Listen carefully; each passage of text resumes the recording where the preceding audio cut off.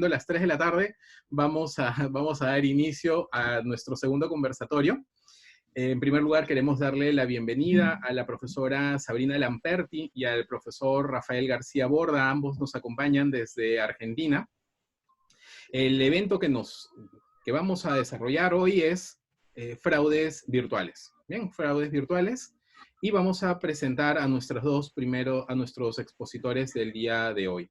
La profesora Sabrina Lamperti es detective judicial en el Ministerio Público Fiscal de la provincia de Buenos Aires.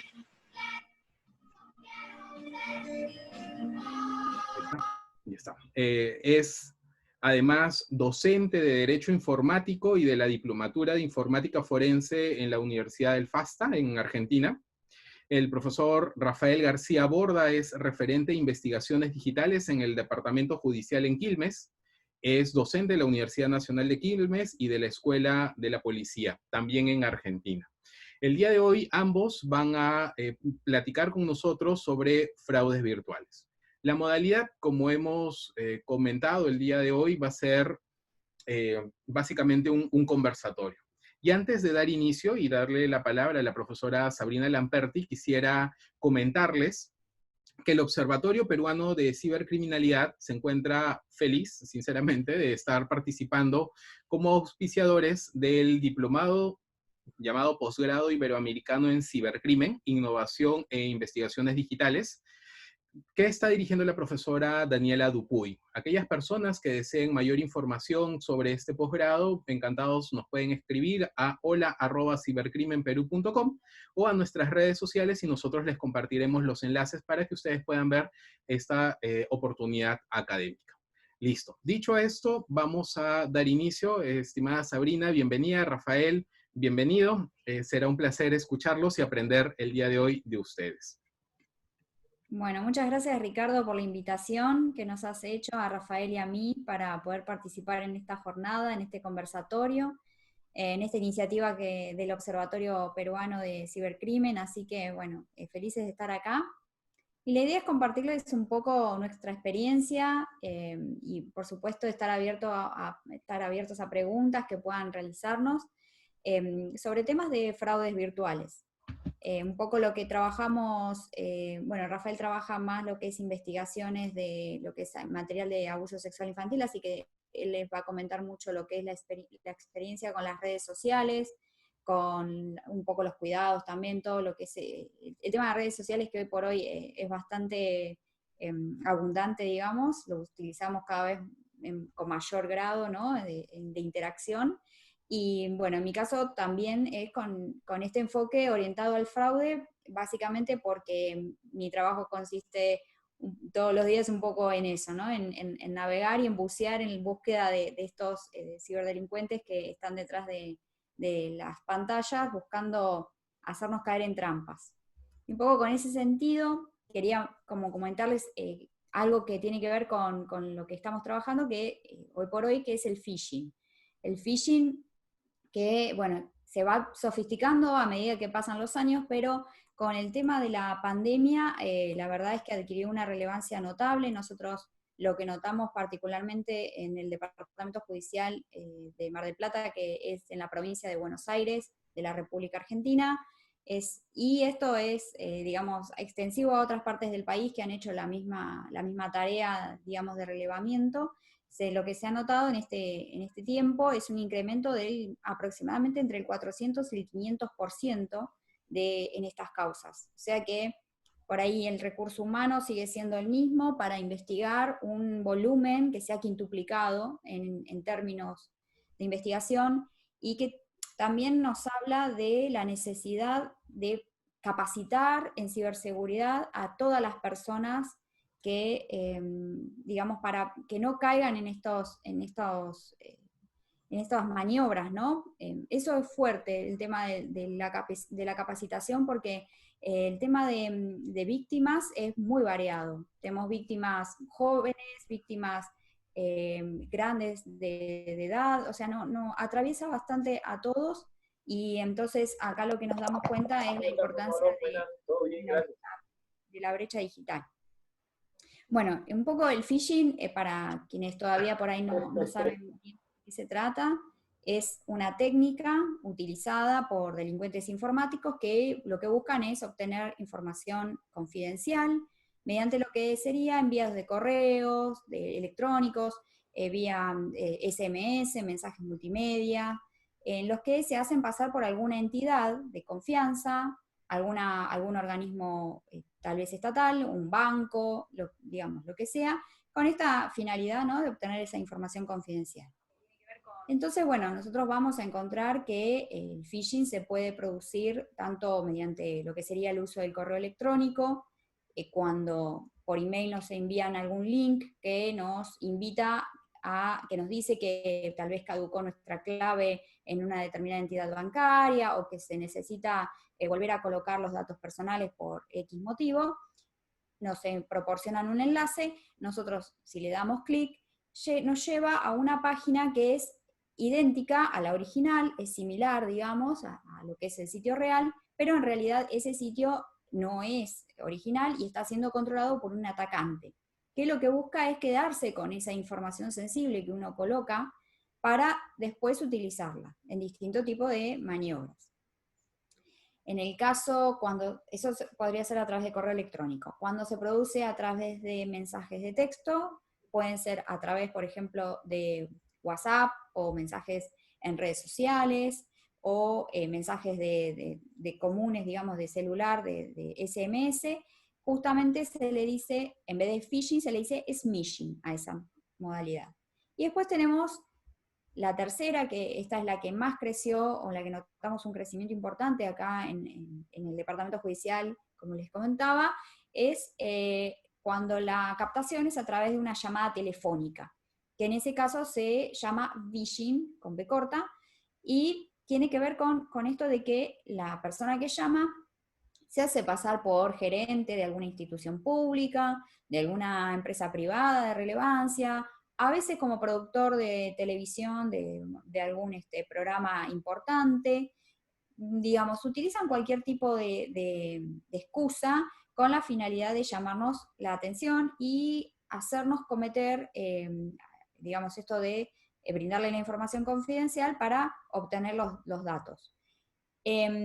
Lo que nosotros notamos en estos casos es que a las personas las redirigen, por ejemplo, las hacen ir hasta un cajero automático, o sea, son bastante convincentes en lo que hacen. Les dicen que son, por ejemplo, de un organismo de seguridad social de la Argentina, que en este momento, por la raíz de la pandemia, está otorgando lo que son ingresos familiares de emergencia. Entonces, les llaman y le dicen, bueno, vos saliste beneficiado por el tema del cobro del ingreso familiar, pero para completar la maniobra, para completar la transacción y que te depositemos el dinero, tenés que ir al cajero y hacer una operación. Entonces, bueno, la gente en su buena fe, digamos, en la buena voluntad, en la creencia de que esto es legítimo, concurre al banco, y ellos le dicen, no, nosotros no te vamos a pedir ningún dato personal, simplemente te vamos a pedir que nos brindes un token, y ahí ya empieza la jerga tal vez difícil para la persona que no conoce de qué se trata, y entonces a través de este token obtienen la información y la forma de, digamos, de captar a las personas para que luego le operen en el home banking, haciéndole todo tipo de transacciones. En ocasiones son transferencias, si ya tienen, digamos, un monto en la cuenta sueldo, las hacen transferencias hacia otro destino. En el caso también puede ser que les otorguen préstamos, con lo cual a la gente le queda después, la gente dice, sí, me hicieron un depósito de lo que le prometieron, pero después ve que la plata desaparece y en realidad lo que le quedó es un préstamo que van a tener que pagar. Así que, digamos, estas son todas técnicas que a las personas las terminan damnificando, ¿no? Estas técnicas que se conocen, digamos, que pueden ser las de correo electrónico, el phishing, el smishing, el vishing, muchas veces apuntan a lo que es conocer a la otra persona a través de ingeniería social. Entonces, bueno, en este caso es importante esto de concientizar en el uso de qué datos vamos a proporcionar a los terceros. Como, digamos, esto es importante entender cuáles son cómo está compuesto, digamos, esta situación, ¿no? En primer lugar, digo, lo que hacen es contactarnos con algún motivo interesante. O sea, la oferta es irresistible, es una posibilidad económica imprescindible. Esto de me gano un premio, de cobrarme algún beneficio, básicamente son esas dos, pero bueno, puede ser cualquier tipo de excusa, digamos. Este motivo que tiene que ser interesante es un motivo que apela a alguna emoción. La realidad es que ellos buscan aprovecharse de la ocasión, tal vez porque justamente estemos necesitando cobrar ese ingreso familiar de emergencia, porque el dinero en esta época es bienvenido. Entonces la gente, digamos, la víctima lo que hace es decir, bueno, no me voy a perder esta oportunidad, no voy a desaprovecharlo, o me gané el premio, bueno, soy yo, soy único, me lo gané. Entonces realmente ellos apelan a esta emoción. Esas son emociones que lo que hacen es provocar la acción rápidamente. Entonces, eso conduce a la concreción de la maniobra. Y bueno, como digo, se aprovechan de algo contextual, algo específico. Puede ser en este caso la pandemia, puede ser el cambio de gobierno, una decisión gubernamental importante, algún rumor urbano, algo, por ejemplo, de que se van a cambiar los billetes, y cualquier cosa que busca captar la atención. Así que esas son como las características en sí del phishing. Nosotros después, ¿dónde vemos esto, digamos, reflejados en otras partes, más allá de correos electrónicos, SMS o llamadas telefónicas? También, por ejemplo, en sitios web. En los sitios web muchas veces vemos lo que serían anuncios donde ofrecen préstamos, por ejemplo. Entonces, te indican que te invitan a decirte, bueno, si necesitas un préstamo porque, no sé, volví de vacaciones y no, me quedé sin dinero, entonces necesito un préstamo para poder realizar X situación. Se dice, nosotros ofrecemos préstamos y contactate, te brindamos hasta X monto. Y en realidad también, la realidad es que por redes sociales no vamos a conseguir préstamos, aunque, bueno, mucha gente cae en esa situación, ¿no? Pero que en ese caso lo importante va a ser prestar atención un poco a quién es el prestamista, quiénes son las entidades oficiales que en realidad pueden dar crédito. Muchas veces lo que buscan estos delincuentes que hacen aparentar que son prestamistas es obtener información confidencial, como en todo lo que es esta temática, para después sustituirnos la identidad y aprovecharla para otra situación, por ejemplo, para abrir una cuenta bancaria. Entonces, es muy importante esto de tomar conciencia de a dónde vamos a brindar nuestros datos. El tema del uso de lo que es documentación personal, enviar documentación personal, bueno, es algo que sucede con mucha frecuencia, lamentablemente, y es algo a lo que hay que empezar a prestarle atención. Así que esa suele ser una. Otra es la de comercio electrónico por redes sociales. Muchas veces vemos que la gente busca para comprarse distintas vestimentas, zapatos, bueno, alguna oferta de celulares, de lo que sería venta de tecnología, y en vez de recurrir a plataformas de comercio electrónico que tienen reguladas las formas en que las partes pueden contratar, porque las plataformas de comercio electrónico controlan, por ejemplo, cómo es el movimiento del dinero, en qué momento se le va a entregar al vendedor el dinero una vez que llegue el producto al comprador y que el comprador se encuentra satisfecho. Tienen regulado lo que es la calificación o la reputación del comercio electrónico en línea.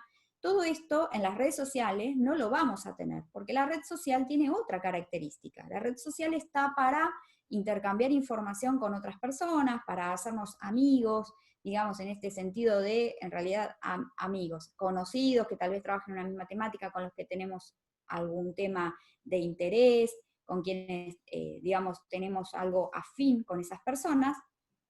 Entonces, son dos plataformas totalmente diferentes. Una cosa es la red social y otra cosa es un comercio electrónico. Sin embargo, nosotros vemos que en los marketplaces de las redes sociales se tiende a montar todo un sitio que ofrece lo que sería el comercio a la venta y después terminan siendo engañados.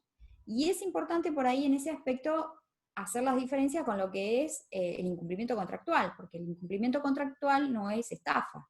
Entonces, nosotros para poder decir que hay una estafa en ese caso, vamos a tener que poder demostrar que el comercio realmente no existe, que realmente la publicación es engañosa, no porque, digamos, por una cuestión de que no existe lo que está ofertando, porque no tiene ese producto a la venta, porque ese servicio no lo ofrece, y, digamos, eso va a ser diferente de la situación del incumplimiento contractual en la que nosotros sí vamos a saber, o sea, en el incumplimiento contractual lo que podemos ver es que la tienda existe, el producto, el servicio está, pero no, lo que puede llegar a generarse es que la publicidad es engañosa porque pone un precio, pero cuando vas a comprar es otro porque le agregaron un impuesto, porque le agregaron alguna cuestión de económica que no estaba prevista, o una cláusula, digamos, que lleva al engaño, a la confusión, que en ese caso son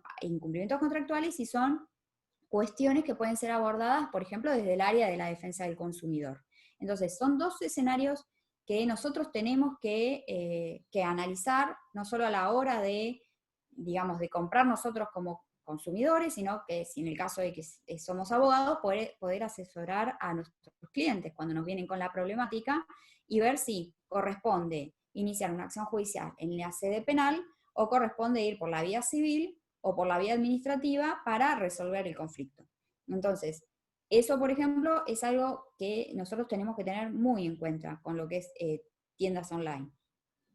Otras situaciones que hemos visto, por ejemplo, son los falsos alquileres. En esto, bueno, yo vivo en una ciudad costera de playa, así que esto en verano es muy común verlo, y que están ofreciendo departamentos al alquiler, digamos, a la locación, por un tiempo de lo que serían las vacaciones.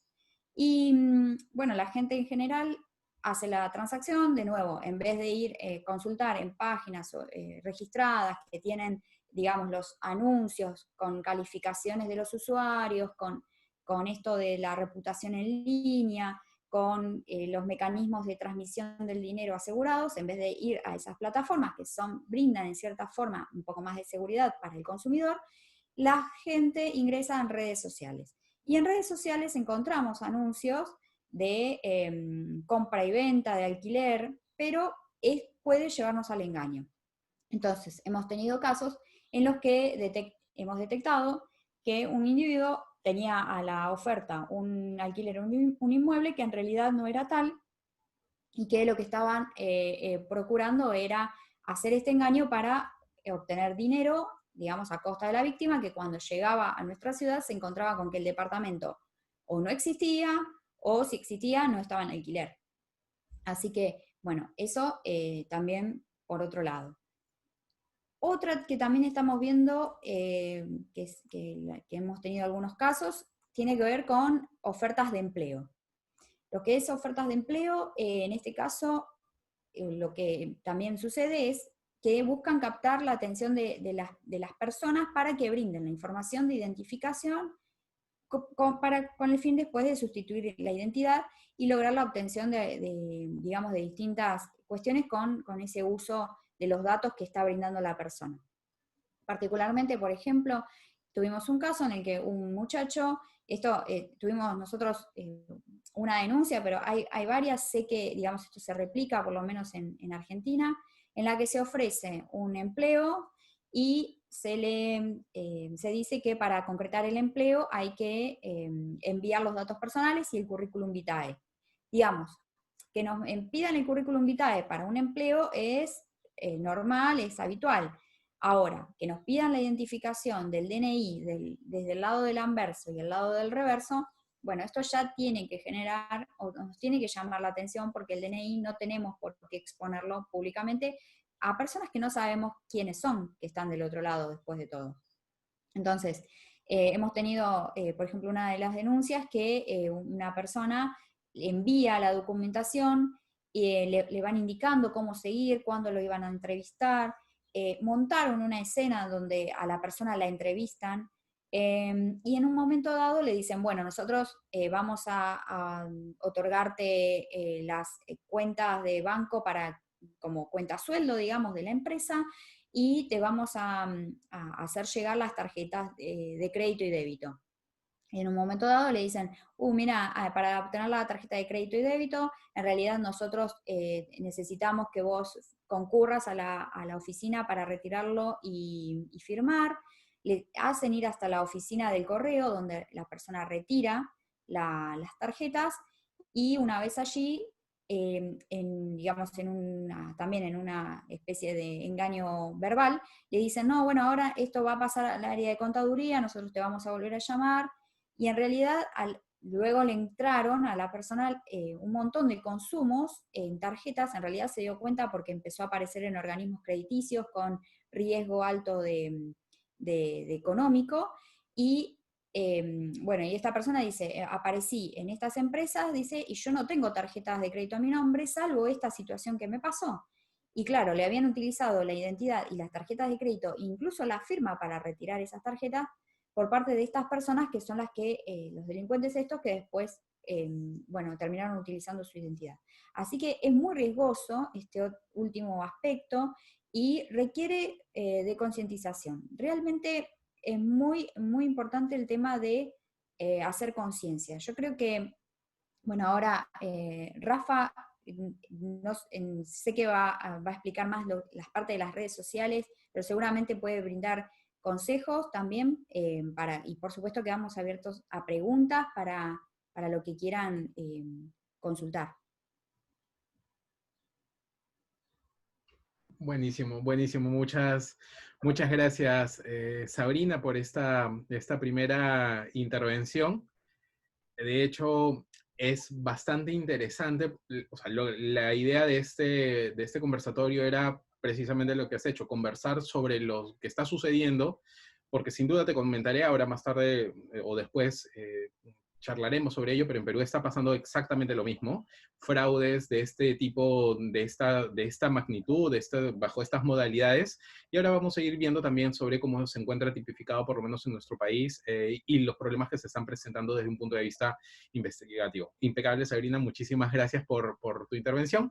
Igual al resto de compañeros y compañeras que están participando en el chat, por favor, recuerden, ustedes ya se han registrado en la plataforma. No es necesario que coloquen aquí sus correos ni sus nombres, porque ya tenemos los certificados, se van a entregar conforme han sido registrados. Así que el chat está para dialogar con Sabrina, con Rafael, hacerle las preguntas o los comentarios que tengamos. Bien, entonces ahora le damos pase al querido profesor Rafael García Borda. Rafael, te escuchamos. ¿Qué tal? Buenas tardes a todas y a todos. Muchas gracias, Ricardo, estimado amigo, por la invitación. Estaba escuchando atentamente a Sabrina, muy interesante.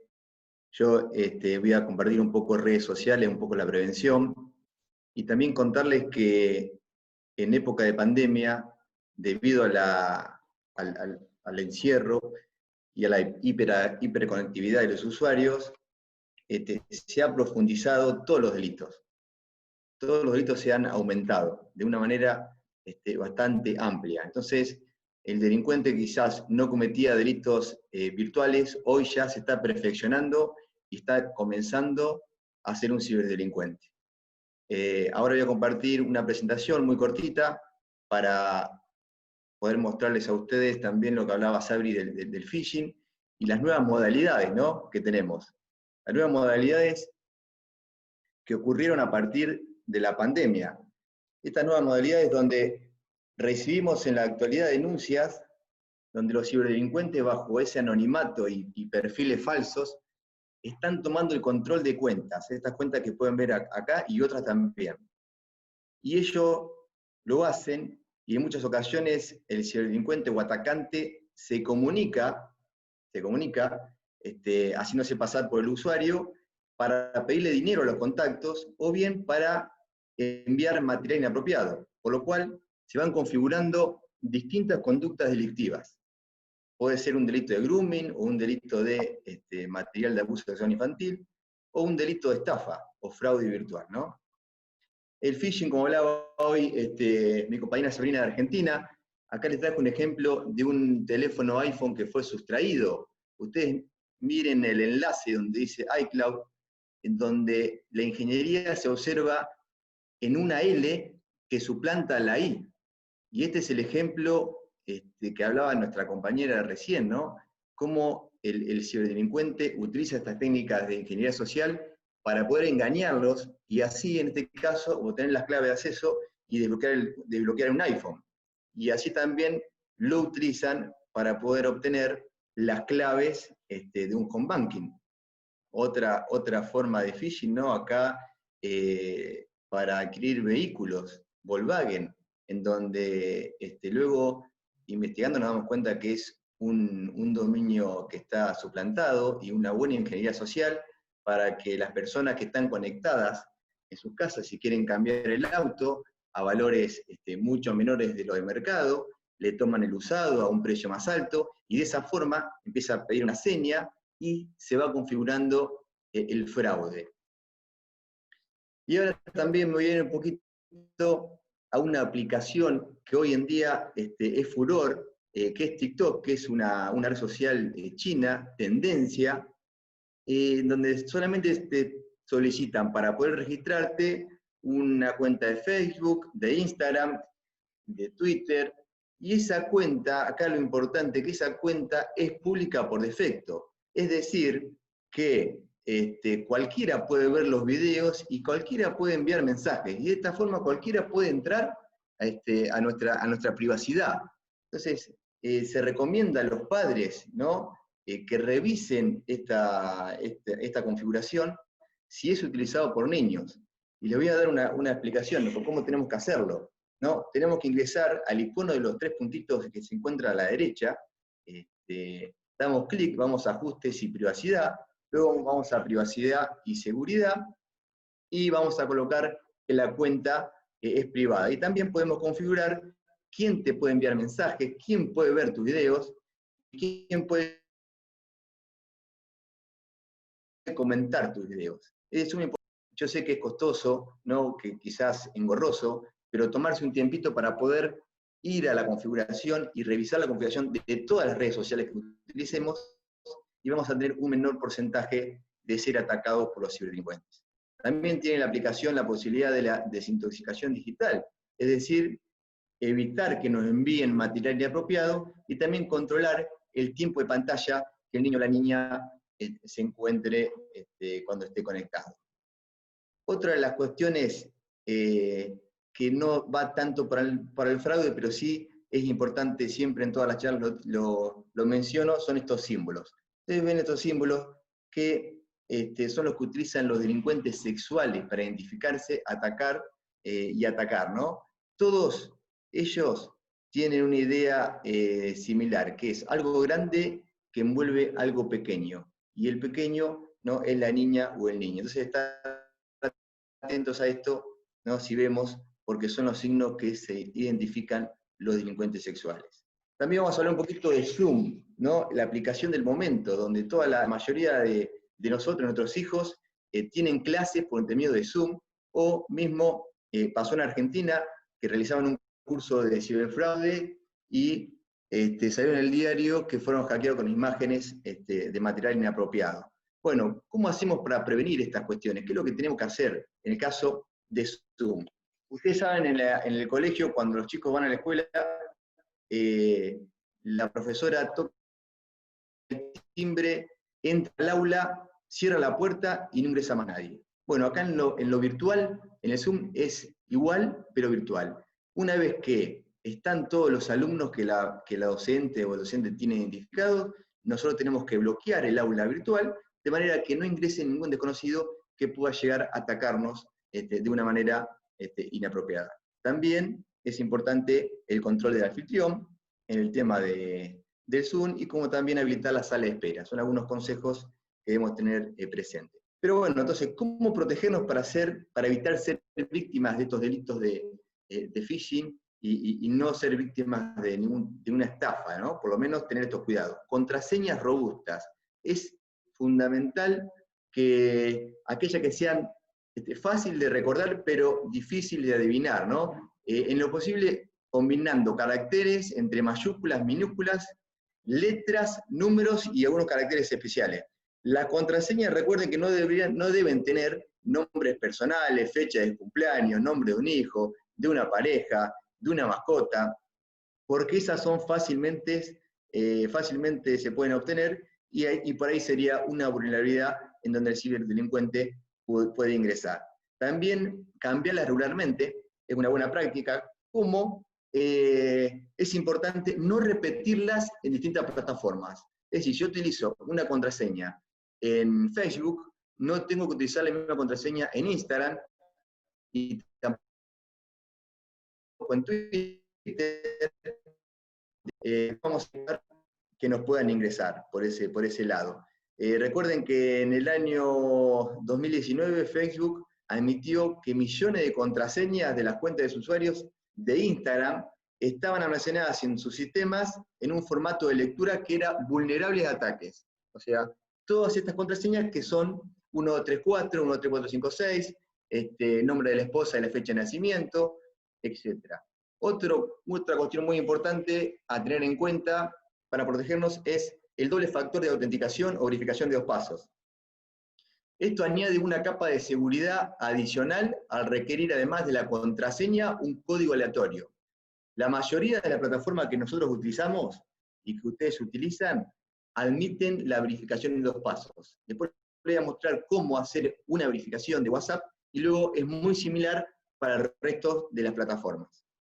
Otra de las cuestiones a tener en cuenta es conexiones seguras, ¿no? Usando redes conocidas, como hablaba hoy nuestra compañera Sabrina, y evitando aquellas que puedan ser monitoreadas, especialmente las públicas. Dispositivos seguros que estén actualizados y con antivirus, ¿no? Actualizados, y una navegación segura, evitando abrir, esto es muy importante, evitar abrir enlaces o adjuntos de origen desconocido, ¿no? Que nos pueden llegar por correos electrónicos, como bien hablábamos hoy, o por servicio de mensajería. Ahora, vamos con el doble factor de autenticación. ¿Cómo se aplica? Acá pueden ver, vamos a ir también a ajustes, luego de ajustes de la configuración, vamos a ir a cuenta, de cuenta vamos a ir a verificación de 2 pasos, luego vamos a ir a activar, nos va a pedir un código aleatorio, lo vamos a colocar, lo vamos a repetir y luego colocamos un correo electrónico. De esa forma sencilla, vamos a tener ya configurado el doble factor de autenticación en WhatsApp. Y así es muy similar en todas las plataformas.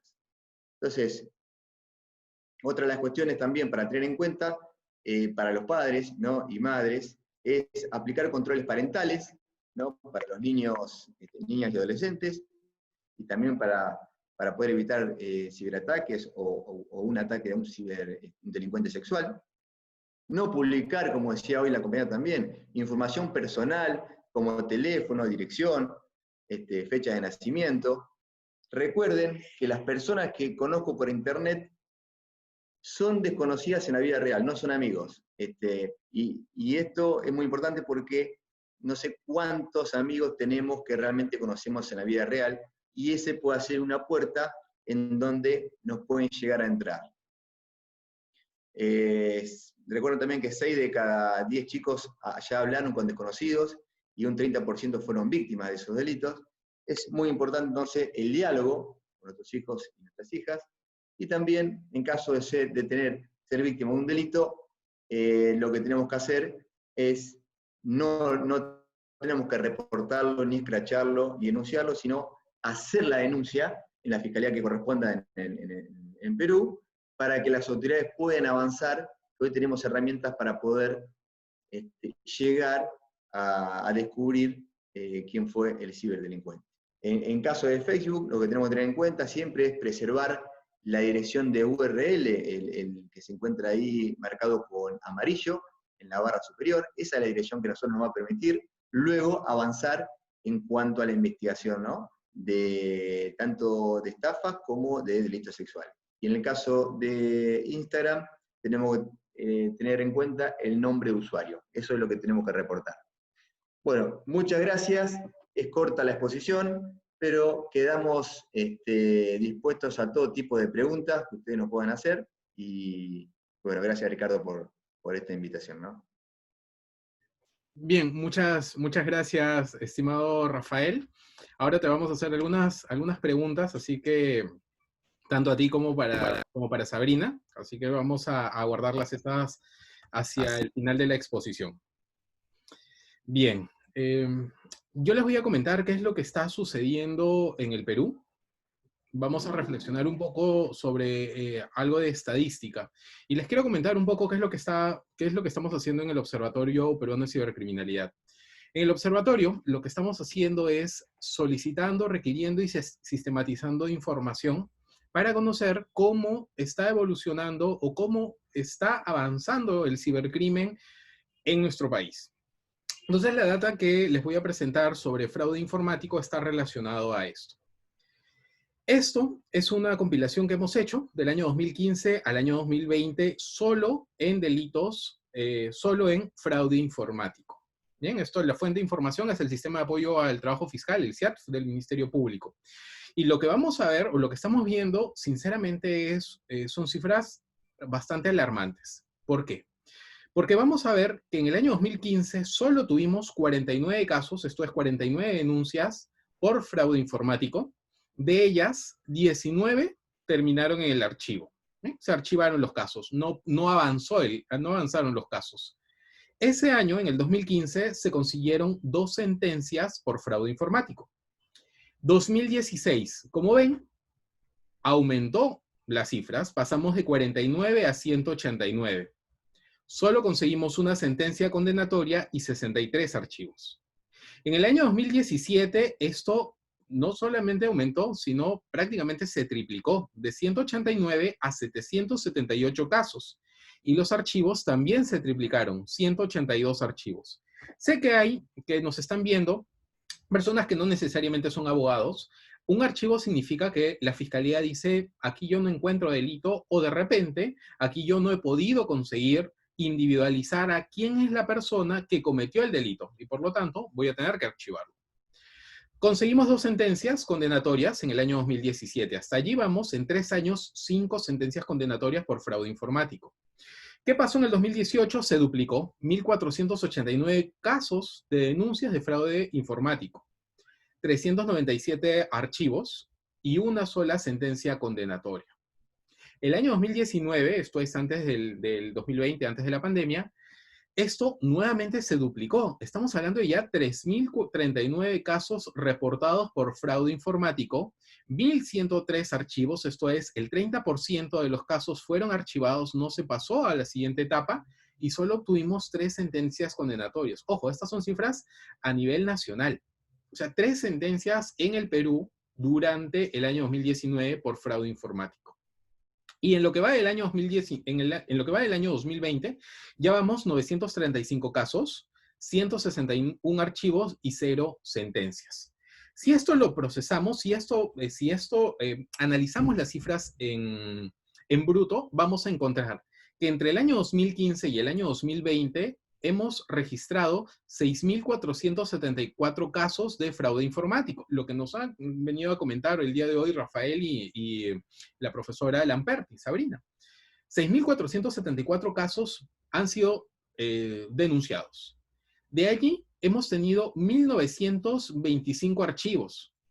Estamos viendo que básicamente es el 25% de los casos han quedado archivados. En total, en estos 5 años hemos tenido solo 10 sentencias condenatorias. Si vemos salidas alternativas, por ejemplo, hemos visto que se han encontrado solo 15 principios de oportunidad, esto es, se individualiza al investigado, al responsable, y el responsable no pasa a sede judicial, sino que esto queda en sede fiscal. 15 principios de oportunidad. 13 casos han quedado con reserva provisional, esto es, se sabe que hay una investigación, se sabe que hay un delito, pero no se ha logrado investigar y estamos en reserva provisional. Un solo caso en estos 5 años han terminado en terminación anticipada. Y lo que viene aquí es algo más preocupante. Verán, de estos casi 6.500 casos, hemos tenido solo 117 formalizaciones. Nuevamente, para aquellos que no son abogados, ¿esto qué significa? Significa que en solo 117 casos de los casi 6.500, la Fiscalía dijo, voy a imputarle este delito a esta persona. Esto es, voy a judicializar el caso, voy a pasar a la siguiente etapa. Solamente hemos registrado 117 formalizaciones en el nuevo código. En el antiguo código, 21 imputaciones. Esto es, audiencias de presentación de cargos. En total, son solamente 130 casos de un total de 6.500 casos. Estamos hablando de ¿qué? Menos del 2% si las matemáticas no me fallan. Significa que en el 98% de casos no hemos superado, no hemos pasado a la siguiente etapa. Y esto digo que es alarmante, porque si lo que estamos haciendo es denunciar los casos, esperamos una respuesta del Ministerio Público, del Poder Judicial, de cómo se está enfrentando la ciberdelincuencia. Les contaré que en el Observatorio Peruano de Cibercriminalidad, a ver, no hemos venido aquí a criticar a la función fiscal, de hecho es difícil investigar, sino hemos querido decir cómo es que está avanzando la ciberdelincuencia y qué es lo que hace falta en nuestro país. Entonces, lo que hace falta en nuestro país, en primer lugar, lo hemos dicho desde hace ya algunos años, es crear fiscalías especializadas en cibercrimen. Ahora Rafael y Sabrina nos contarán un poco cómo funcionan las fiscalías especializadas en cibercrimen en Argentina, si es que tienen competencia nacional, si es que hay una en cada provincia o departamento o región. Pero en Perú no lo tenemos. Entonces, ¿esto qué significa? Esto significa que un fiscal que investiga estafas, que investiga robos, que investiga violaciones, va a investigar también delitos de fraudes informáticos. Ese es un primer punto. Entonces, sí se hace necesario crear fiscalías especializadas. Primer punto. Segundo punto, la ley de delitos informáticos, la ley 30.096 en Perú, publicada en el año 2013, en uno de sus últimos considerandos, en una de las últimas disposiciones finales, señala que las entidades que realizan investigación, prevención, procesamiento y castigo, esto es policía, fiscales y jueces, deben recibir capacitaciones en esta materia, esto es, en ciberdelincuencia. Lamentablemente, no se han difundido todavía capacitaciones a nivel institucional como debiesen ser. En el observatorio, lo que hemos hecho es tender puentes de comunicación. Y hemos realizado más que una capacitación, una primera mesa de trabajo en el Distrito Fiscal de Lima Sur, gracias al liderazgo de la presidenta de Junta de Fiscales de Lima Sur, la doctora Nixi. Hemos dado charlas para 53 fiscales en ciberdelincuencia y en prueba digital. Los hemos certificado, hemos hecho 4 horas lectivas sobre estos temas. Entonces, ese es un segundo punto. Si no tenemos fiscalías especializadas, lo que necesitamos es que la sociedad civil, las asociaciones académicas, las universidades, los institutos, tomen conocimiento de esto y participen en la capacitación de los operadores jurídicos. Fiscalía, policía y Poder Judicial. Segundo punto. Tercer punto. El tercer punto que vemos en temas relacionados a fraude informático está relacionado a la tipificación. Un poco con todo este ejemplo, la profesora Lamperti, y esto es lo que estamos viviendo. Un ciudadano se crea una cuenta en una plataforma de compra-venta en línea, contacta al vendedor, realiza el depósito o la transferencia, pide algún tipo de correo electrónico y algún documento de identidad. Ya Sabrina comentó los problemas que esto representa. Vendedor no entrega el producto. Alguien en Facebook preguntaba, ¿y qué hacemos frente a este incumplimiento? Claro, acá podemos verlo desde 2 puntos de vista. Uno puede ser un incumplimiento contractual, esto es, hay problemas en la transacción. O segundo, estamos frente a un posible delito. Y decimos que el problema es básicamente, ¿por qué? Porque acá existe un problema de tipificación. Si estamos frente a un caso de esta naturaleza, por lo menos en Perú, no vamos a estar frente a un caso de fraude informático. Vamos a estar frente a un caso de un posible delito de estafa. Bien, por lo menos estafa. Porque necesitamos revisar cuál es el contenido normativo, esto es, cómo se encuentra sancionado o tipificado en nuestro país el delito de fraude informático. Y vamos a ver qué dice. El que deliberada y legítimamente procura para sí o para otro un provecho ilícito. Este es un primer elemento que tenemos que tener en consideración. El tipo penal exige que se requiere un provecho ilícito, que puede ser personal o a favor de terceros. Y este es un punto importante, antes de continuar con el análisis, porque la Ley de Delitos Informáticos señala como circunstancia agravante, esto es, para el resto de delitos, acceso ilícito, suplantación de identidad, atentados contra datos informáticos, atentados contra sistemas informáticos y otros tipos penales previstos en la Ley de Delitos Informáticos, que cuando el atacante persigue una finalidad económica, esto va a ser una circunstancia agravante, salvo que el propio tipo penal lo haya establecido de esa manera en su redacción. El artículo 8 ya lo establece, por lo tanto no le podríamos aplicar la circunstancia agravante porque ese provecho económico, ese provecho ilícito está precisamente previsto en la misma redacción del tipo penal. Ahora bien, veamos, ¿cuáles son los verbos rectores que se encuentran previstos en la ley? Nos dice, ¿cómo se tendría que cometer el fraude informático? 1, diseño. 2, introducción. 3, alteración. 4, borrado. 5, clonación. 6, supresión de datos o cualquier interferencia o manipulación en los sistemas informáticos. A ver, y hago referencia a esto, ¿por qué? Porque con el observatorio hemos estado atendiendo casos de víctimas y hemos estado procesando información de casos que hemos estado atendiendo o sencillamente absolviendo consultas. Y decíamos que este es un problema, ¿por qué?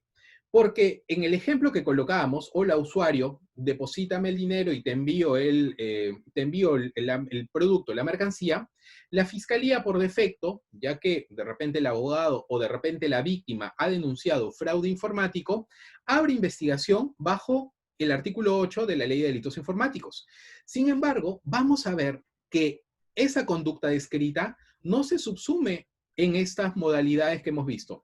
No es diseño, no es introducción, no es alteración, no es borrado, no es supresión de datos, no es alteración de datos informáticos. En realidad, esto es lo que el profesor Fernando Miró Linares denominaría un ciberataque réplica. Y es importante que todos tengamos presente estos tipos de clasificaciones que diferentes autores van realizando, para comprender la diferencia entre esto. Un ciberataque puro va a ser aquel en el cual el objetivo sean las nuevas tecnologías y el medio sean las nuevas tecnologías. Por ejemplo, un ataque de negación de servicios. Sin embargo, lo que hemos visto, hola usuario, dame tu dinero y te envío el producto, no es un ciberataque puro. Tampoco es un fraude informático. Estaríamos frente a lo que es un tipo de estafa. En realidad es una estafa. Hay un engaño, hay desplazamiento patrimonial y hay perjuicio económico. Punto. Esto es, si es que estamos tratando este caso en Perú, no deberíamos irnos por el artículo 8 de la Ley de Delitos Informáticos, sino por el artículo 196 del Código Penal e investigarlo como una posible estafa.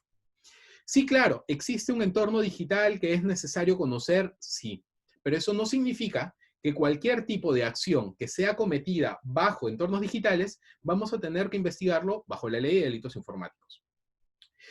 Pero la Ley de Delitos Informáticos nos lanza un salvavidas y nos dice, ojo, si es que en la investigación de estos delitos informáticos o de cualquier otro delito en el que se requiera el uso de entornos digitales, por ejemplo, una estafa como la que hemos comentado, se requiere utilizar la figura del agente encubierto informático, lo puedes hacer tu fiscal previa coordinación de la policía. ¿Y por qué hago referencia a esto? ¿Por qué? Porque posiblemente este caso, el caso de hola usuario, dame tu dinero y yo te envío el producto, de repente no es el único caso que tiene esta falsa identidad o este vendedor. Sí sería importante como actos de investigación, de repente, empezar a interactuar con este vendedor. Y allí se hace necesario utilizar la figura del agente encubierto, por ejemplo, el agente encubierto informático. Ahí ya les voy a hacer algunas preguntas, Rafael y Sabrina. Pero estas eran unas reflexiones adicionales sobre la tipificación del delito en nuestro país, en Perú. Ahora, cuando vemos esto, cuando vemos el artículo 8 de la Ley de Delitos Informáticos, hay que tomar en consideración dos puntos. Primero, que el delito fue tipificado en el año 2013, a fines del año 2013, por la ley 30.096. Pero aproximadamente 4 o 5 meses después fue modificado por la ley 30.171. ¿Y esto por qué? Porque es importante ver cómo estaba tipificado al inicio y cómo fue después de la modificación. Y al inicio decía, el que a través de las tecnologías de la información o de la comunicación procura para sí o para otro un provecho ilícito. Y ahí vienen básicamente las mismas modalidades.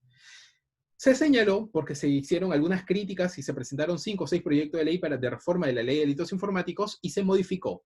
Y se dijo, no es solo a través de las tecnologías de la información y la comunicación, las TIC, sino que el agente tiene que actuar de manera deliberada e ilegítima.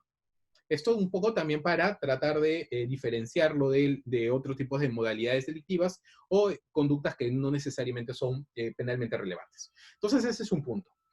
Y además hay que ver que el artículo 8, esto es el delito de fraude informático en nuestro país, ha tomado como inspiración el artículo 8 del Convenio de Budapest. Esto es un convenio, nosotros ya Perú se ha adherido el año pasado y desde este año me parece que ya somos país miembro del Convenio de Budapest, no sé si fines del 2019 o inicios del 2020. Y allí están los verbos rectores: introducción, alteración, borrado, supresión de datos informáticos o cualquier interferencia en el funcionamiento de un sistema informático. Bien, entonces ahí tenemos algunos puntos a considerar. Artículo 8, donde está previsto de dónde proviene o cuál es nuestra fuente de información y cuáles son los problemas que se están presentando. Entonces, ¿qué es lo que deberíamos hacer? Y digo, porque este es un problema. Y este es un problema, además, porque la Fiscalía en el Perú tiene escasos recursos. Entonces, tiene escasos recursos, tanto humanos como logísticos. Nosotros en Perú, para quienes no lo sepan, sí tenemos una policía especializada en la investigación de cibercrímenes. Esto es la DIVINDAT, División de Investigación de Delitos de Alta Tecnología. Pero como hemos visto, en realidad la cantidad, la cifra sencillamente es abrumadora. Estamos básicamente solamente en el delito de fraude informático ya bordeando los 6.500 casos. Y eso que este es uno de los 2 delitos con mayor incidencia. El otro es suplantación de identidad. Entonces, necesitamos ¿qué cosa? Capacitarnos, necesitamos fortalecer las investigaciones, y aquí vienen las preguntas que les voy a hacer a nuestros queridos expositores, a tanto a Rafael como a Sabrina. Y esto está relacionado a qué actos de investigación consideran ustedes que debería ser el ABC del fiscal. Cuando una persona denuncia fraude informático, cuando una persona denuncia una estafa cometida a través de entornos digitales, cuando una persona denuncia sencillamente algún delito contra el patrimonio cometido a través de estos entornos, sea en entornos de redes sociales, sea a través de páginas web, sea a través de las modalidades que ustedes han estado comentando. Bien, entonces esa es una pregunta. ¿Qué recomendaciones ustedes brindarían a los participantes que nos están viendo tanto en Facebook como en Zoom? Esto lo vamos a compartir también en YouTube, para fortalecer las investigaciones. Porque lamentablemente un problema que estamos viendo en la investigación es que muchas veces cuando se abre la investigación, se dice, ok, vamos a abrir investigación y que la policía realice los actos de investigación correspondientes, olvidando que es el fiscal quien tiene que dar los primeros actos de investigación, tomar la batuta y decir, este es mi plan de investigación mínimo. Bien, entonces ahí Rafael y Sabrina les voy a trasladar esa pregunta, mientras voy revisando las preguntas que han hecho nuestros compañeros para socializarla entre todos nosotros. Perfecto, Ricardo.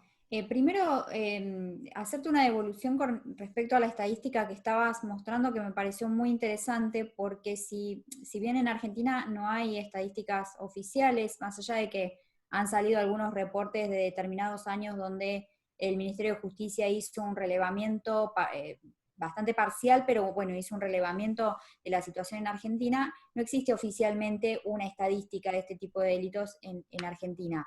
Sin embargo, por mi experiencia en el trabajo en el Ministerio Público, puedo deducir un poco el tema este de la cantidad de ingresos y la cantidad de soluciones que se le fueron dando a los distintos procesos. No solo, digamos, desde la sentencia o el archivo o, digamos, este tipo de soluciones de conflictos, sino una que me parece trascendental, porque yo estaba sacando la cuenta y de ese cálculo que estabas mostrando, tenemos unas 4.400 causas que no sabemos si es que están en investigación o si pasó alguna otra cuestión.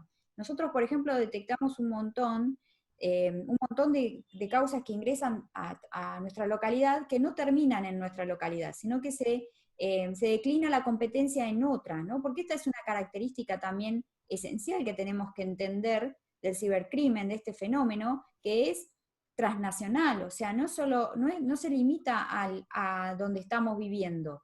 Esto se replica, puede ser que la maniobra tenga la víctima en nuestra ciudad, pero la maniobra la podemos estar cometiendo desde el mismo país en otra provincia o incluso desde el exterior. Y lo concateno un poco con la investigación. ¿Por qué? Porque por eso los esfuerzos tienen que centrarse en que las formas de investigar sean similares en todos los países que al menos conforman lo que es la Convención de Budapest.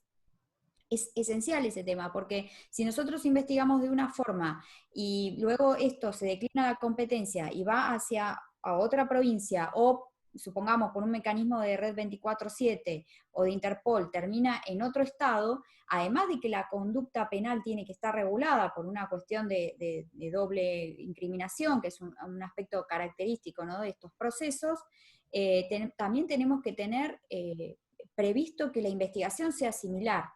Entonces, por ejemplo, en lo que es fraudes, tenemos que tener las medidas claras, qué es lo que necesito probar, qué es lo que la tipificación me pide probar. Me pide probar cómo se hizo la disposición patrimonial, me pide probar cómo se hizo el engaño, cómo es la forma en que la persona llegó a brindar sus datos personales para luego que el sistema informático sea manipulado. Digamos, las medidas de investigación van en correlato con la tipificación jurídica en la que va a encuadrar el caso. Pero además tenemos que tener este norte de pensar, si esta investigación yo la tomo, hago las medidas preliminares que son urgentes y después la tengo que declinar porque por el lugar del hecho se cometió en otra parte, tiene que llegarle a la otra persona completa y no, digamos, con cabos sueltos, con cosas que después no nos permiten imputar correctamente. Sí, tal cual, como decía Sabrina, además, en el tema de pandemia nos hemos unido los investigadores digitales de la provincia de Buenos Aires. Esto nos hemos dado cuenta que ha sido de mucha utilidad, porque muchas veces en temas de fraude se investigan a las mismas personas en distintos departamentos judiciales en el mismo momento. Como decíamos hoy, que es transnacional, es muy importante la relación entre diferentes fiscales que estén relacionados en estos temas complejos de cibercrimen, porque hay fiscalías que están más avanzadas en la investigación de unos imputados, otras que están recién recibiendo una denuncia, pero los autores son los mismos. Entonces, tiene que existir una coordinación y una forma de trabajo que sea similar para todos, como bien decía Sabrina, más por la Convención de Budapest que la cooperación internacional. De manera que el hilo conductor de cada investigación sea seria, ¿no? Porque es muy variada la forma de investigar. Nosotros tenemos, que podemos compartirlo después con Ricardo y vos lo puedas transmitir, algunos tips de cómo tomar una denuncia, que lo hicimos este año en materia de fraudes, pero va variando y las primeras medidas dependen si viene por una red social, si viene por alguna plataforma. Siempre lo principal es llegar a preservar la prueba digital correctamente siempre, ¿no? Aplicándole un hash, de manera que el juicio sea irrefutable y pueda ser valorado como corresponde. Y de esa forma preservar y después, bueno, oficiar a donde corresponda para obtener información. También es muy importante la relación y el vínculo que generemos en la cooperación público-privado, fiscalías con, por ejemplo, entidades bancarias. De manera de que si tenemos un tema económico, patrimonial, podamos oficiar a un banco y que tengamos una respuesta, no digo en el momento, pero sí urgente, porque los delincuentes no van a operar o trabajar de lunes a viernes. Puede ser que sea un sábado o un domingo, y ese sábado y domingo la víctima ya quizás el perjuicio económico sea muy, muy grande. Entonces es fundamental esta cooperación y esta relación y tener una metodología de trabajo para que el que le toque seguir investigando tenga un norte bien claro y poder llegar a los autores, ¿no? Perfecto, perfecto. Muchas gracias. Les transmito algunas preguntas que han ido surgiendo. Empecemos por orden. Luis Gamboa nos pregunta si es que estas herramientas son para el público o solo para la policía. Entiendo las herramientas que estuviste comentando, Rafael. Sin embargo, creo que acá sería importante realizar una pequeña precisión, y es que hay algunas páginas, hay algunos software, hay sencillamente fuentes de información abierta, y uno puede, porque nuevamente recordemos que no solamente nos están escuchando fiscales o abogados, sino también usuarios que pueden haber sido víctimas. Entonces, cuando Rafael, por ejemplo, hacía referencia al URL, por ejemplo, de las páginas web, esto es algo que cualquier persona puede hacer. O sea, si yo soy víctima, yo necesito decirle al fiscal, mira, entré a esta página, visité esta página. No basta con una captura de pantalla para que el fiscal vea a dónde entré, sino yo necesito que el fiscal acceda al URL o la dirección, esto es el www que va arriba en el navegador, para que el fiscal pueda saber que yo visité cierta página. Entonces ese es un primer punto. Y para eso no se necesita autorización judicial, no se necesita ningún tipo de herramienta adicional que tomar nota de esa dirección y ofrecerla al Ministerio Público. Entonces, ese es un problema. Ese es un primer punto. Entonces, no sé, Rafael o Sabrina, si es que nos podrían compartir algunas herramientas. Aquí a los compañeros que están, yo les puedo decir, yo les voy a compartir alguna información adicional, pero me gustaría escucharlos a ustedes, por favor. Bien, como bien decías, Ricardo, hay distintas formas de investigar, ¿no? La investigación OSINT, esa de fuentes abiertas, que cualquier ciudadano y cualquier empresa la tiene en la Oficina de Recursos Humanos. En realidad es aquella información pública que los usuarios van colgando en Internet, en distintas plataformas, y en donde no se configura debidamente la privacidad, por lo cual se accede de manera pública a mucha información. Han visto seguramente en algún programa de televisión o alguna fotografía donde delincuentes o ciberdelincuentes han caído por publicar fotos en Instagram o en Facebook o en Twitter. Ahora, respecto a las herramientas de la preservación de la cuenta, si se refieren a eso, de una cuenta de Facebook o de Instagram, eso solamente es para agentes de la ley o el Ministerio Público Fiscal, pero lo que ustedes sí tienen que saber es qué le llevo a la Fiscalía, qué le llevo a la comisaría cuando soy víctima de un delito. Si la denuncia viene por un fraude a través de una plataforma de Facebook o de Instagram o de Twitter o de la cual sea, ¿qué es lo que tengo que llevar? ¿Qué es lo que tengo que anotar para que luego la autoridad encuentre esa cuenta y la pueda mirar, como dijo Ricardo, certificarla y luego preservarla y seguir unas medidas que tenemos que hacer? En el caso de lo que es Facebook, mirarle el URL, ¿no? Sacar una foto a esa URL para que nosotros podamos luego ubicarla. Muchas veces llegan a la comisaría, que nos ha pasado cuando nosotros recibimos la denuncia, que quizás vienen de comisarías, que no tienen la capacidad, no han sido formados en ciberdelitos, que te dicen, el autor o el imputado se llama Rafael, y cuando uno busca a Rafael, encuentra un montón en internet, Rafael. Entonces es imposible ubicarlo a ese Rafael. Por lo cual, esa es la importancia que nosotros destacamos de que pueden capturar la URL, de manera que nosotros luego podamos avanzar con esa cuenta, ¿no? No sé si ahí se entendió la respuesta y si está... Sí, buenísimo. Sí, y básicamente, para agregar, es preservar todo lo que la víctima tiene, o sea, porque por ahí, en algunos casos puede suceder que borren el contacto con el usuario o lo bloqueen y después no tengamos acceso a lo que estuvieron conversando a través de alguna red social, o digamos, lo que pasó. Nosotros tenemos que tratar de reconstruir qué es lo que pasó y con quién pasó. Y en la red social, el bloqueo muchas veces implica que la otra persona se da cuenta y tal vez dé de baja la cuenta, y a nosotros no vamos a poder ubicar. Entonces, es importante esto de preservarlo, hacer la denuncia, para que nosotros podamos actuar enseguida, para no perder. En esto es muy importante recordar que la evidencia digital es volátil, es una de las características que tiene. Entonces es conveniente justamente tratar de recabar lo más posible de la víctima y que no lo desechen en un primer momento porque se dieron cuenta que lo estaban estafando y bloquearon y después se borra la información y ya no es posible tal vez recuperarla. Entonces, eso también como detalle. Ujú. Muy Bien. bueno, Sabri. Muchas gracias.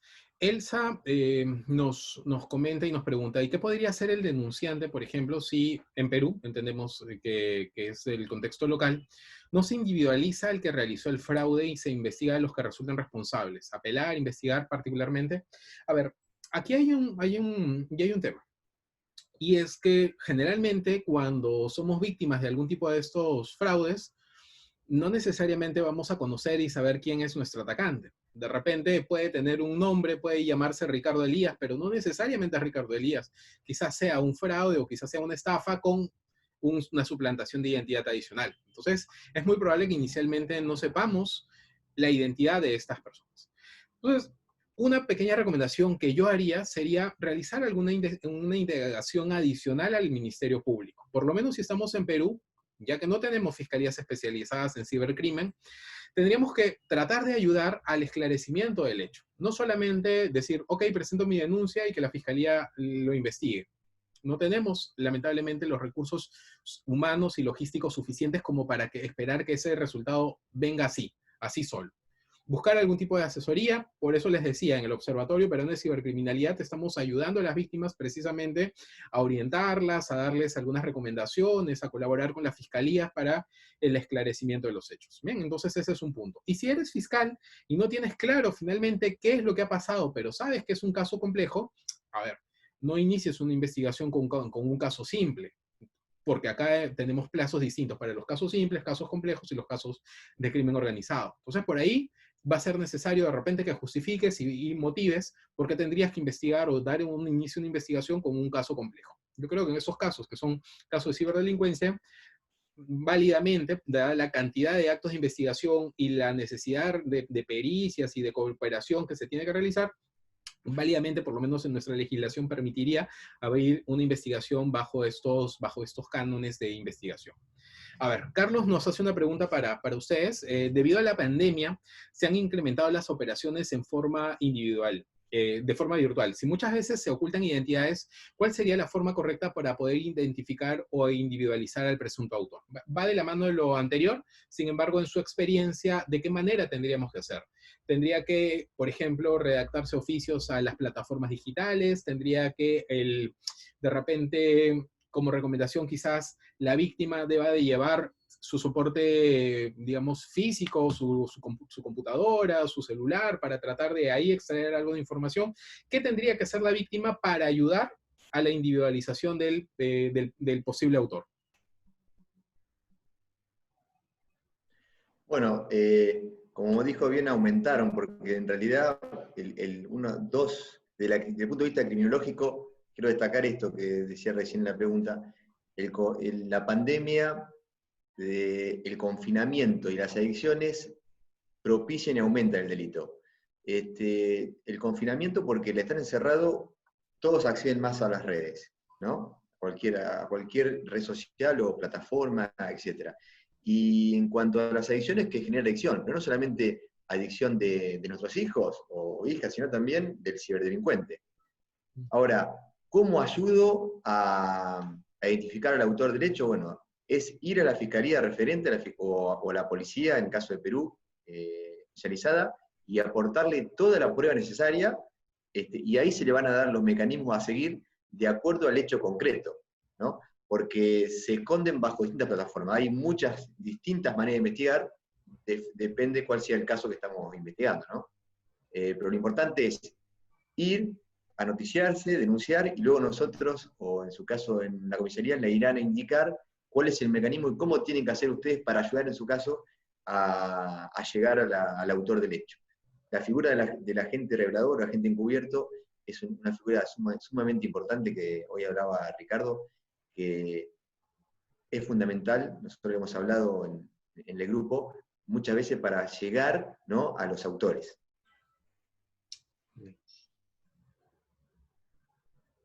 Sabrina.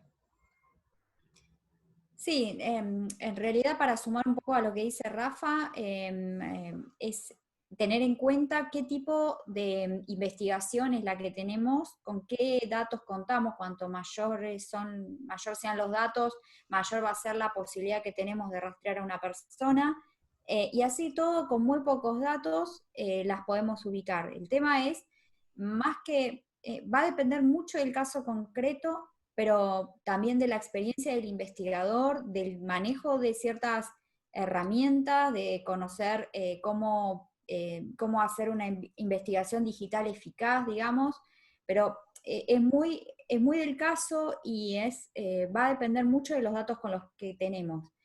Pero digamos que haciendo una buena búsqueda en fuentes propias, en fuentes que tengamos convenio, se puede ubicar a las personas. El tema es justamente cómo articulamos con esta cooperación público-privada entre las empresas que nos brindan información, las fuentes abiertas de datos, para lograr individualizar a una persona. Digamos, nada es imposible, algunas llevan más tiempo, algunas son más complejas, algunas requieren de la utilización de un agente encubierto digital, pero digamos, todas las herramientas que el Estado, que la Fiscalía tenga al alcance pueden ser utilizadas, y va a depender mucho del caso.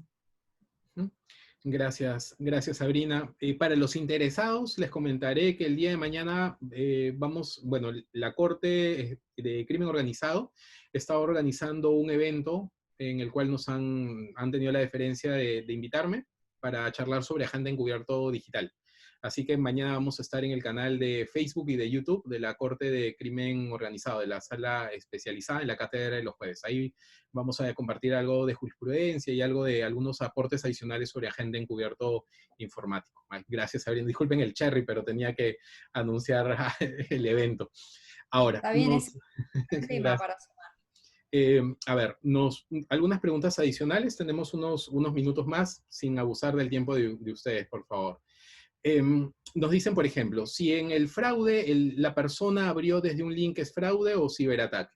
Bueno, entonces ahí viene la pregunta de los ataques maliciosos. O sea, los ataques con por ejemplo, lo que decía Sabrina, los phishing, por ejemplo. Y es importante eso. O sea, a ver, un fiscal o un policía debe conocer y debe saber qué es lo que le va a preguntar a la víctima. O sea, si recibe una denuncia, por ejemplo, me han vaciado la cuenta, listo, yo no he hecho ningún tipo de movimiento, no he entrado a mi... Listo, perfecto. Yo ya por lo menos tengo que tener claro qué es lo que le voy a preguntar a la víctima, porque el problema que hemos tenido a veces con los agraviados o víctimas de este delito es que van una vez y de repente el fiscal o de repente el policía no sabe bien el caso, no ha leído bien la carpeta y le toma su declaración, listo. Luego, cuando está escuchando su declaración, luego se da cuenta que debió haberle pedido, por ejemplo, que traiga algo más de información. O de repente, después que escucha su declaración, se da cuenta que, no revisó bien la carpeta y necesita más información y lo hace ir por segunda vez. En esto les diré que hemos visto casos en la policía especializada que han hecho ir a las víctimas 3 o 4 veces y a la cuarta vez recién les dicen, ¿nos podría traer su computadora? Cuando ya después de 3, 4 meses ya las personas ya no quieren saber nada del caso y sencillamente hasta han vendido la computadora, han formateado la computadora para olvidarse de eso. Entonces, una recomendación que tendríamos que tener para los agentes que realizan la investigación o también para los abogados que asesoran a las víctimas es planifica bien qué es lo que vas a hacer con la víctima al momento de exponer el caso y al momento de colaborar en la investigación. Lo que nos dice Luis Gamboa, entonces, relacionado a los links, Sabrina y Rafael, ¿qué deberíamos tener en consideración? El fiscal, es importante que el fiscal tenga ese link malicioso. ¿Cómo tendríamos que hacer la conservación de ese link? ¿Basta con un pantallazo? ¿Basta con anotar el link? ¿Hay algún tipo de software, algún tipo de aplicación que nos permita saber si de repente ese link al día de hoy nos conduce a una página, pero de repente pasa un mes y ese link se le cambia la asociación de la página y nos dirige de repente a otra, y así quizás el investigador nos dice, miren, este link los lleva a una página X, y la víctima dice que los lleva a una página distinta. Sí, nos gustaría escucharlos, Sabrina y Rafael. Bueno, en ese caso va a ser muy importante conservar el correo electrónico desde el cual nos llegó el link. ¿Por qué? Porque lo que se hace es analizar lo que se dice las cabeceras del email, o sea que el email impreso en sí, muchas veces vemos que nos llega el mail impreso en una hoja, y en ese mail no se ve el encabezado. O sea, si se viera el encabezado, podría ser, pero tampoco, porque eso escrito no es lo mismo que digital. Digitales son otras las herramientas, además tienen un montón de números y de la composición, digamos, del contenido que tienen los encabezados, que hace que tenga que ser digital. Entonces, en ese caso, por ejemplo, le vamos a pedir a la víctima que nos reenvíe el encabezado o nos reenvíe el correo electrónico a una casilla oficial nuestra, o si le podemos tomar una declaración testimonial en persona, le vamos a pedir que ingrese a su cuenta y podamos transmitir este correo electrónico hacia nuestra computadora de investigación. Es muy importante en este caso las cabeceras, porque luego se analizan con, digamos, el personal que es perito forense, realizan las tareas que tienen que ver con esto de hacia dónde apunta este URL, este link, se apunta hacia un sitio falso, cuáles son los DNS que están detrás, cuáles son los dominios que están detrás, así que es muy importante conservar el correo electrónico en ese caso. Y en el caso de que sea, por ejemplo, por WhatsApp también, no nos sirve que esté impreso. Yo siempre digo, me trae impreso el mensaje. ¿Y cómo sé si no hay algo borrado? ¿Y cómo escucho el audio en una hoja? No lo puedo apretar play en la hoja. Entonces necesitamos el original, que en este caso va a ser la conversación por WhatsApp, hay un método para descargar esa información y que también quede en la computadora del investigador para después hacer este análisis que propiamente en general lo hacen los que son peritos informáticos, que nos auxilian en la investigación. Muchas gracias, Sabrina. Entonces, como recomendación podríamos decir, no borren ni destruyan esos correos, esos mensajes. Sí, seguramente, naturalmente, uno se asusta y quiere desaparecerlo y sencillamente decir, acá no pasó nada, pero finalmente eso lo que hace es entorpecer la búsqueda del autor, de quien está detrás. Hay que pensar un poco en la analogía con la escena del hecho común, ¿no? Nosotros, si vamos a una escena del hecho y, no sé, nos encontramos con un crimen, por ejemplo, es natural que salga esto de, ay, no toco nada por las dudas, no dejo la sangre donde está, no toco al muerto, lo preservo y llamo a la policía y que intervenga el que sabe. Bueno, esto es lo mismo, pero en el entorno digital, es no toco nada y le doy intervención a los que pueden rescatar esta información, porque si no, de otra forma es alterar la escena. La estamos manipulando de una mala forma. Entonces, es entender que esta escena del crimen es una escena del crimen digital y que tiene ciertas reglas al igual que una escena del crimen común. No se nos ocurriría tocar la sangre de un muerto, bueno, no se nos tiene que ocurrir eliminar un mail que nos puede servir como evidencia de lo que justamente queremos denunciar. Gracias. Rafael, ¿te gustaría agregar algún punto? ¿Alguna recomendación? No, como decía Sabri, es muy característico en estos delitos y también los delitos contra menores, que la gente inmediatamente escrache y elimine. Escrache en redes sociales y elimine o reporte al usuario, que es justamente las recomendaciones que no debemos hacer, sino armar el caso e ir a la fiscalía para que se empiece a trabajar de manera correcta en cada uno de los casos, preservando la prueba digital, ¿no? Eso quería agregar, Ricardo. Gracias. Buenísimo, buenísimo. Muchas gracias, Rafael. Entonces ya saben, por favor, nada de estar eliminando posibles medios de prueba porque van a dificultar la investigación fiscal. Una pregunta bastante interesante nos dice Elsa, nos plantea Elsa, y nos dice sobre temas de competencia.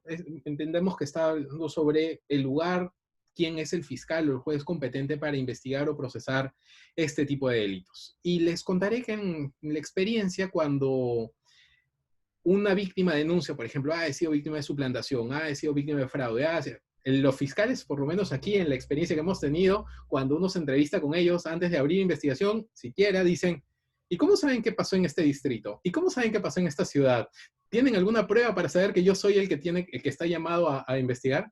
Esta es una queja que hace algunos años recogíamos de la policía especializada y nos decían, los fiscales tratan, por lo menos aquí en Perú, de decir, bueno, antes de que yo asuma la investigación, dime por qué yo soy aquella persona llamada a investigar. Claro, a ver, yo estoy aquí ahora, por ejemplo, en Magdalena, reviso mi cuenta y me doy cuenta que me he quedado sin dinero y yo no he hecho absolutamente nada, yo no puedo saber de dónde ha venido el ataque, si ha venido de acá de Perú, si ha venido de San Miguel, de Lima, de Argentina, no. Creo que el fiscal es el llamado a investigar y ya en la investigación allí se dilucidará finalmente de dónde provendrá el ataque. No sé si tengan esos problemas en Argentina, Sabrina y Rafael, sobre fiscales que digan, no, a ver, preséntame algún medio de prueba adicional para saber que yo soy el que tiene que investigar, o en general abren investigaciones sin mayor cuestionamientos, por lo menos en ese punto, de quién es el competente para hacer la investigación. Bueno, en Argentina está establecido un poco por criterio jurisprudencial que las investigaciones se tienen que tomar las medidas necesarias para poder encuadrarla en alguna tipificación jurídica, y una vez que se puede, digamos, determinar ciertas diligencias preliminares para establecer esto, recién ahí plantear la competencia, si no se puede rechazar por prematura. Y la competencia, en nuestro caso, es por el lugar del hecho. El tema es que justamente en delito informático es cuál es el lugar del hecho, si el hecho es la Internet. Entonces, bueno, dependiendo del caso, más que nada en lo que es estafas, se ha determinado que ese lugar puede ser tanto el lugar del ardid como el lugar de la disposición patrimonial. Y tenemos que en este caso tener en cuenta que la disposición patrimonial finaliza con el agotamiento del delito, que es cuando salió totalmente de la esfera de custodia de la víctima para estar en posesión del delincuente. Y en este caso es donde están cobrando la suma de dinero que está transferida ilícitamente. Entonces, los dos lugares tienen relevancia a la hora de analizar quién es competente, y muchas veces estos casos terminan en la Corte Suprema de la Nación para dirimir a ver a dónde finalmente se tiene que quedar la causa, pero bueno, la disputa está, claramente eso existe. Creo que en distribución, Rafa es el lugar de distribución, supongo, pasa un poco así, supongo que él puede comentar esa parte.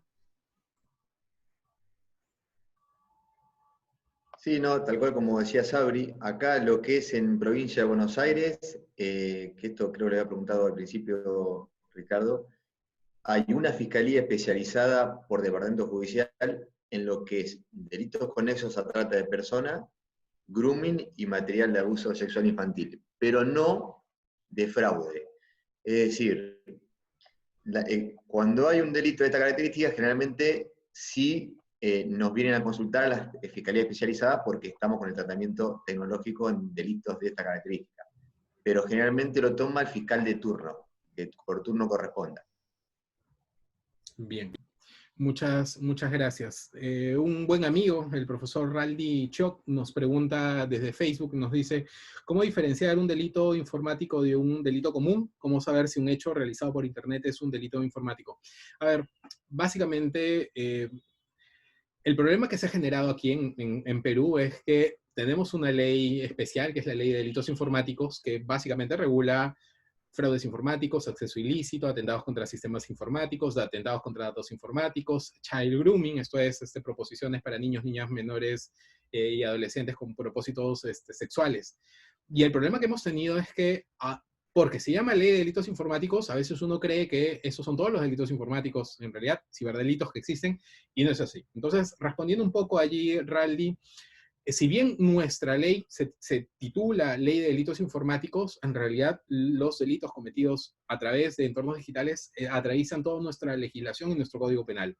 Una estafa, como comentábamos el día de hoy, puede ser también cometida a través de entornos digitales y por lo tanto podríamos decir incluso que podría ser, y de hecho es un delito informático si es que se está empleando estas técnicas o estas modalidades. En nuestro código tenemos, por ejemplo, no en la Ley de Delitos Informáticos, sino esto, el conocido Pásame tu pack. Esto es la difusión de imágenes de contenido sexual sin autorización. Sin autorización. Ese también es un delito cometido a través de entornos digitales, que no está previsto en la Ley de Delitos Informáticos, pero sí está previsto en el Código Penal. Dato curioso, esto no se investiga como una querella, no se investiga como un delito de persecución pública. acá en Perú. Apología al terrorismo también, por ejemplo, está previsto, es un delito informático, si es que es, porque es una circunstancia agravante, si es que esta apología se comete a través de entornos digitales, las TICs, redes sociales y demás. Entonces, no pensemos eso, no pensemos que solo los delitos informáticos se encuentran previstos en la ley de delitos informáticos. Esto es transversal. Pregunta adicional, queridos, ya para ir cerrando últimos minutos, Rafael y Sabrina, de verdad ha sido un placer y los tendríamos toda la tarde, pero sé que están full también con varias cosas. Esto va para Sabrina principalmente, nos dicen sobre la suplantación de dominios. ¿Existe alguna técnica o cómo podríamos detectar o saber si un dominio es fraudulento? Entonces ahí, yo aumentaría ahí una preguntita adicional. Uno es cómo saber si la página que estoy visitando es un dominio fraudulento. Y la segunda, de repente, quizás yo soy un emprendedor, de repente yo tengo una empresa, de repente tengo una startup, y quiero saber si es que están suplantándome y se han generado alguna página web falsa, que no es mía y que están circulando también. O de repente en Facebook para ti, Rafael, o en Instagram, ¿cómo podría yo, digamos, en una cultura de prevención, anticiparme o detectar estas posibles suplantaciones, o también evitar visitar dominios fraudulentos? Bueno, en ese aspecto es importante tratar de prestar atención a las URL a las que ingresamos. Muchas veces lo que sucede con los atacantes es que utilizan páginas que tienen una composición muy similar en la fonética, pero tiene alguna letra, algún guión, algo que hace que sea, digamos, falsa. Nosotros, por ejemplo, hemos tenido casos con lo que es una tienda de comercio electrónico que acá es Mercado Libre, que hemos tenido los Mercado Libre falsos, que son dominios que se llaman Mercado-Libre, Mercado-Envíos, que son falsos justamente porque la página original no utiliza el guión, utiliza Mercado Libre. Esto, por ejemplo, es importante para cuando nosotros hacemos una búsqueda en Internet. En general, Google nos va a mostrar, después de los anuncios, las páginas que están mejor posicionadas porque justamente son las reales. Digo lo de los anuncios, ¿por qué? Porque hemos detectado casos en los que los ciberatacantes lo que hacen es generar algún tipo de dominio similar al que nosotros vamos a buscar. Por ejemplo, supongamos el de Mercado Libre, genera Mercado-Libre, paga el anuncio y Google lo coloca primero. Entonces, nosotros no tenemos que entrar al anuncio, tenemos que entrar a los dominios que están en primer lugar después de los anuncios. Esto, por ejemplo, como una medida de seguridad es muy importante. Y después también existe, para el que quiere, digamos, profundizar un poco más en este tema, algunos sitios de búsqueda de dominios que se llaman Whois, que vos pones el dominio, pueden ser Whois, o los que son de dominio local sería nick, por ejemplo en Argentina es nick.ar, en Perú no sé cómo se llamará, pero tal vez sea nick Perú o algo así, es la entidad que otorga los dominios. Entonces, los dominios internacionales vamos a ir al Whois y los dominios locales vamos a ir a lo que sería el nick. Y ahí, cuando ingresamos los datos del dominio, por ejemplo, en mercadolibre.com, nosotros vamos a poder ver quién es la entidad registrante. Y esa sería también otra forma para detectar un dominio falso. Muy bien.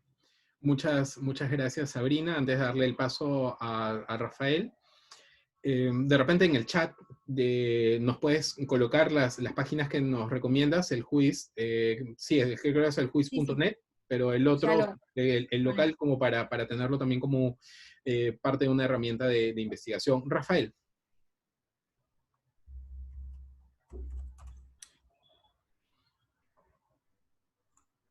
Sí, no te escuché, se cortó justo Ricky, pero bueno. Apoyo lo que dice Sabri. Ella recién dos preguntas. Uno te refería a una URL y otra después de preservar cómo seguíamos. Bueno, lo que es la URL siempre son únicas y repetibles. Lo que cambia es el usuario, salvo que el usuario elimine la página y cree otra. Esa es una pregunta. Y la otra, luego de la preservación, lo que sigue es el registro, pedir el registro de la cuenta, ¿no? Que lo hacemos tanto nosotros como puede hacer también las fuerzas de la ley. Y es muy importante para cada dominio mirarlo y siempre chequear el dominio oficial. Si hay un dominio que tiene alguna relación con alguna marca conocida del país, ir al dominio oficial y chequear si se encuentra ese dominio o ese enlace. Porque muchas veces, como mostramos al principio con phishing, cambian alguna letra o cambia alguna palabra muy cortita, y la gente, lamentablemente, es engañada y, bueno, ahí empieza la estafa. Ahí está. Gracias. Gracias a nuestros amigos que se han conectado por Facebook. Luego les vamos a compartir las direcciones, los enlaces que nos ha facilitado la profesora Lamperti.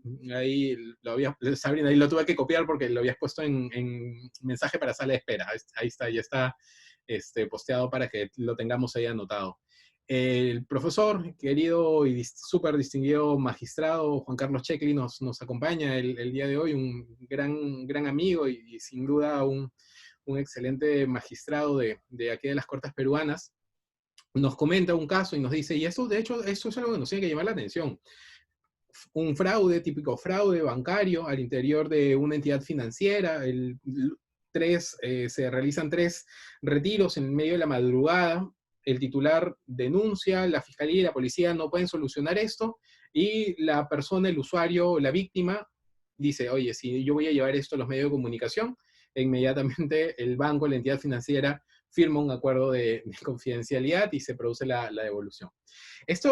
Decía esto básicamente porque lo que estamos viendo, no sé, en Argentina, pero lo que estamos viendo en Perú es que a veces existe una gran cifra negra.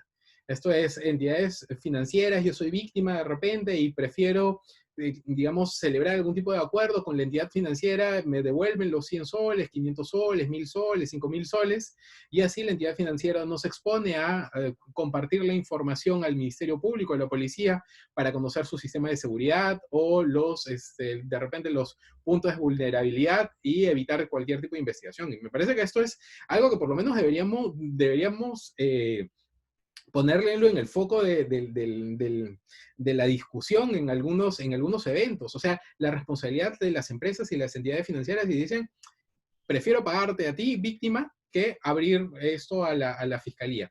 Y de repente la fiscalía no está recibiendo todas las denuncias porque sencillamente tenemos ahí un estímulo quizás negativo desde un punto de vista investigativo, claro, positivo para la víctima, pero ya recuperó el dinero, pero ahí nos da una gran cifra negra que tampoco debemos descuidar. Listo. Unas últimas reflexiones por lo avanzado de la hora.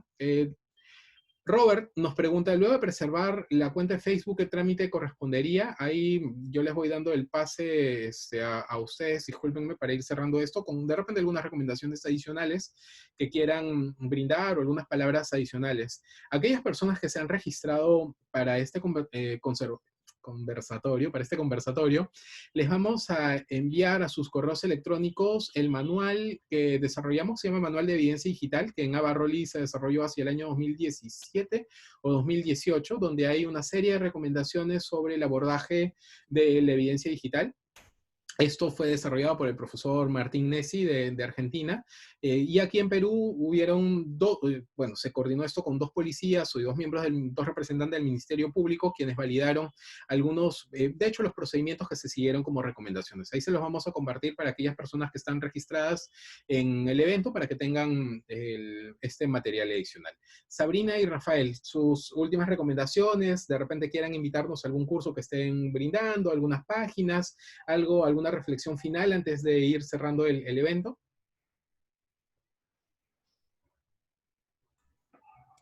Bueno, gracias Ricardo. Recomendaciones finales. Bueno, creo que quedó claro, no borren nada si van a hacer una denuncia. Eso primero principal. Eso es a la hora de, bueno, si fuimos víctimas de un delito. Para prevenir no ser víctima de delito es estar atento, es tomar recaudos, mirar bien los dominios a los que accedemos, no brindar datos personales, no dejarnos manipular por terceros, ante llamadas telefónicas que nos piden ir hasta cajeros automáticos o realizar determinada acción en la computadora, digamos, ¿no? Tratar de no caer, de cortar la llamada directamente. No existen los Reyes Magos, así que no esperemos que nos ganemos un premio de la noche a la mañana porque sí. Digamos, ¿no? Tomar más recaudos, ser más cautos en esto y no confiar tanto. Y bueno, y después páginas para seguir. Bueno, nosotros pueden seguir el sitio del Ministerio Público. Nosotros hemos hecho algunos videos de capacitación ahí, en el grupo de referentes digitales. Por mi parte, trabajo en la universidad, así que los invito a seguir la página de Infolab, que es el grupo de investigación en informática forense, que es un grupo interdisciplinario en el que trabajamos desde la universidad, generando material disponible gratuitamente, que también se puede descargar. Hay libros incluso, el libro El rastro digital del delito está disponible para la descarga, y bueno, eso principalmente es poder recomendarles. Con Rafa vamos a participar en algunas diplomaturas próximamente, en algunos otros eventos, así que bueno, si nos buscan en redes sociales, en Twitter estamos, Rafael-Borda creo que es, y ahora Rafa lo aclara, el mío es SB Lamperti. Nosotros vamos compartiendo lo que hacemos por un poco de esta transferencia que hacemos hacia la sociedad, la compartimos por allí, así que bueno, muchísimas gracias de nuevo Ricardo por la invitación, y bueno, estamos digamos, dispuestos a conversar en algún otro momento sobre continuar, porque vemos que hay interés, así que ningún problema. Sí, sí, hay bastante interés, Sabrina, en realidad a los participantes. Muchas gracias. Nos preguntan si puedes repetir la página, por favor, o si no, escribirla quizás. Ahora la coloco en el chat, se llama Info-Lab, Infolab, Argentina, pero ahora la coloco en el chat para que quede. Hay algunos participantes que se registraron y que lamentablemente no recibieron el enlace del Zoom. Les pedimos nuestras disculpas. Nos han estado escribiendo durante el conversatorio, así que la próxima vez vamos a tener 2 vías de comunicación para compartir el enlace. Sin embargo, hay varios que se han conectado en Facebook, así que disculpen y bueno, vamos a ir solucionando esto para futuros eventos. Gracias a todos por sus gentiles palabras. Querido Rafael, te debemos ahí para que vayas cerrando nuestro segundo conversatorio. Bueno, muchas gracias, querido Ricardo. Recuerdo que nos conocimos en España. La verdad que te felicito por todo esto que estás llevando adelante y el conocimiento de la gente de Perú. Como dijo Sabri, vamos a estar el 7 de septiembre, después pasamos bien la fecha, que va a auspiciar el Observatorio de Perú en un congreso internacional con expertos en diplomatura. Y cualquier cosa nos pueden contactar por intermedio tuyo, cualquier consulta, duda, estamos abiertos a responder y a disposición de ustedes. Que tengan un excelente día. Muchas gracias. Muchas gracias. Entonces, gracias a todos. Gracias Sabrina, gracias Rafael. Vamos a todos los que se han registrado y a quienes nos acompañan también por Facebook. Les informamos que vamos a hacer un resumen de la plática, del diálogo del día de hoy. Esta semana les vamos a estar remitiendo a sus correos electrónicos, así como hicimos el resumen de audiencias virtuales, para que ustedes tengan los principales puntos que se han ido abordando, y se les entregará también a aquellas personas que se registraron sus constancias de participación, sus certificados. Sabrina y Rafael, muchísimas gracias. Ha sido un placer y un honor escucharlos. Gracias a todos por haberse conectado el día de hoy. Y ya saben, cualquier cosa, visítennos también en cibercrimenperú.com, y ahí vamos a estar compartiendo algunos eventos adicionales que vamos a organizar. Muchas gracias a todos y listo, vamos a finalizar la transmisión del día de hoy. Un fuerte abrazo, Rafael, y un placer, y todo mi cariño, Sabrina. Nos vemos.